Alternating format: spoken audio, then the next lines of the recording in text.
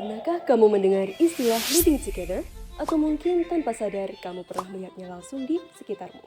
Living together adalah kondisi ketika dua orang, biasanya pasangan, tinggal bersama tanpa ikatan pernikahan yang sah.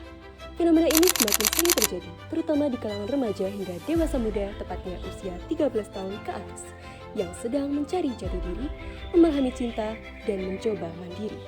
Namun pertanyaannya, apakah benar living together adalah solusi dari hubungan atau justru awal dari masalah yang lebih kompleks? Din, kamu tadi kenapa? Di telepon kok suara kamu panik banget. Aku nggak tahu, kayak tiba-tiba itu semuanya terulang lagi. Maksud kamu, Mas lalu itu? Sudah sekian lama, tapi ingatan itu masih saja terasa sesak. Aku pikir niatku untuk membantu adalah bukti cinta. Tanpa sadar, aku justru sedang menyerahkan harga diriku sendiri. Semua itu berawal ketika... Halo Din, kayaknya 3 hari lagi aku harus keluar deh dari kosanku. Uangku udah nggak cukup buat bayar tunggakannya, apalagi buat makan minggu depan. Kayaknya aku harus pulang kampung. Jangan pulang ya, kamu kan sedikit lagi keterima kerja. Terus aku mau tidur di mana? Uangku udah nggak cukup. Din, mau pindah kosan juga? Gimana kalau kita nyari kos bareng aja? Untuk sementara waktu pakai uangku dulu sebelum kamu keterima kerja. Maksud kamu kita ngekos bareng? Aku pikir menolongnya adalah hal yang benar. Nyatanya enggak sama sekali. Rasa ibaku malam itu justru membawa kami pada keputusan bodoh untuk hidup bersama. Ini kayaknya kos cewek deh. Tanya aja dulu nggak sih? Yaudah, ayo. Kenapa sih, kenapa?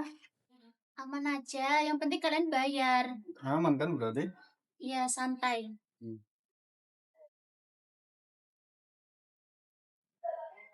Yang dia kamarnya. Terima kasih Bu. Iya.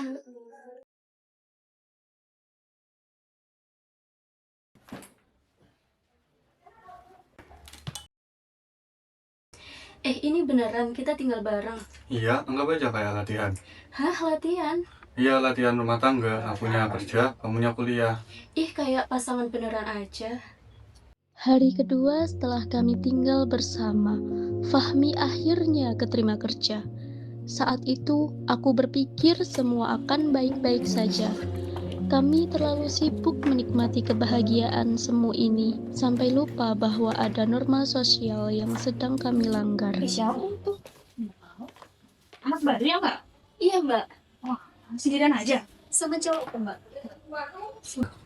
Berani banget, sumpah. Aku pikir kayak gitu tuh cuma ada di sinetron-sinetron aja. Nah, kok ternyata di kosan kita loh beneran ada. Makanya kan, iya.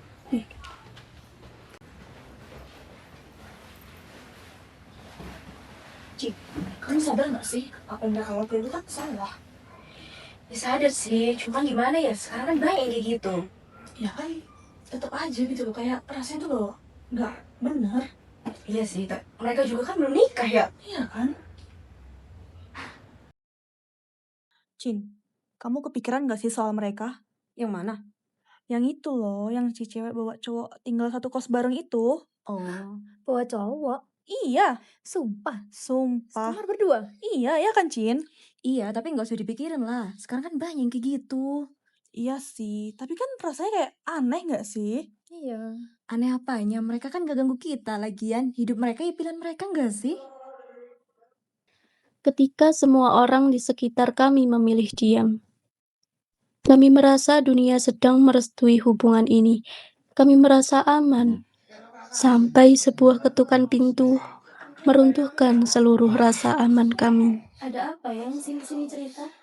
Aku capek, sama takut juga. Takut kenapa? Takut aku nggak jadi apa-apa, sama kamunya capek nungguin aku. Aku tuh lebih takut kamu pergi.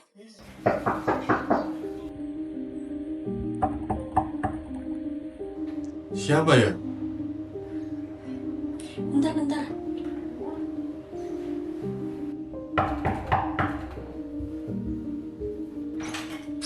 Loh, Om.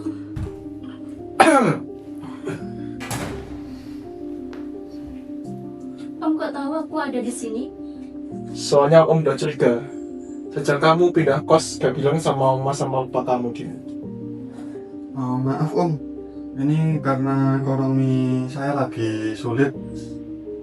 Kamu pikir ekonomi sulit itu bisa jadi alasan buat kalian jual harga diri kayak gini? Aku mohon Om, jangan bilang mama papa, aku mohon.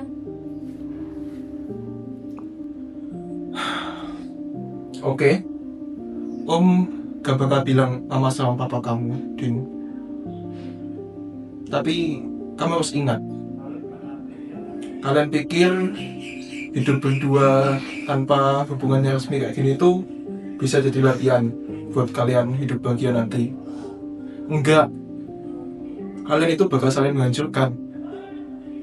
Tapi Om sih gak pengen memisahkan kalian. Soalnya Om pengen kalian lihat sendiri nanti gimana hancurnya hubungan kalian.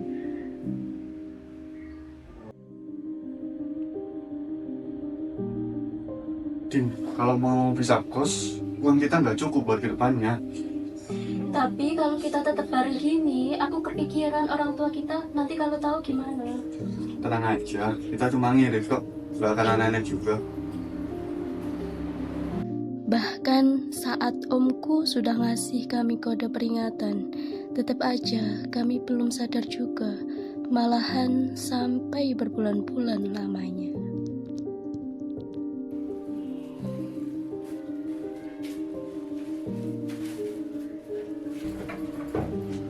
Makan dulu Din, ini tadi aku beli makan di jalan. Yang aku mau ngomong, sampai kapan kita kayak gini terus? Aku udah bantu kamu loh, supaya kita itu hidup hemat. Tapi setelah kamu kerja, kamu seolah-olah itu kayak santai-santai aja.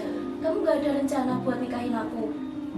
Cukup, kamu pikir aku nggak tertekan? Aku banting tulang kerja supaya kita itu bisa terus bersama. Tapi setiap aku pulang kamu selalu bahas yang serius aja. Ya karena aku perempuan, aku yang tanggung beban malunya. Kalau ada teman sama keluargaku tahu, harga diri Raka. Harga diri? Din, kamu sadar nggak? Kita itu udah terlalu jauh. Kalau tanpa ikatan aja kita udah kayak suami istri, ngapain aku repot-repot nikahin kamu? Kurang ajar kamu, aku bantu kamu karena aku percaya kita punya masa depan. Tapi ternyata apa? Semua itu sia-sia.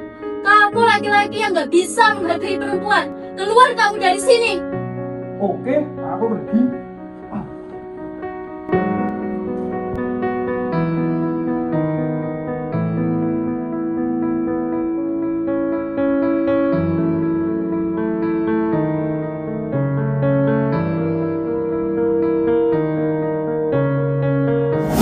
Living together bukan hanya tentang dua orang yang tinggal bersama. Ini tentang bagaimana masyarakat merespon sesuatu yang sebenarnya bertentangan dengan nilai dan norma. Apakah kita akan terus diam dan membiarkan semuanya dianggap biasa? Atau mulai peduli sebelum yang biasa benar-benar menggantikan yang benar?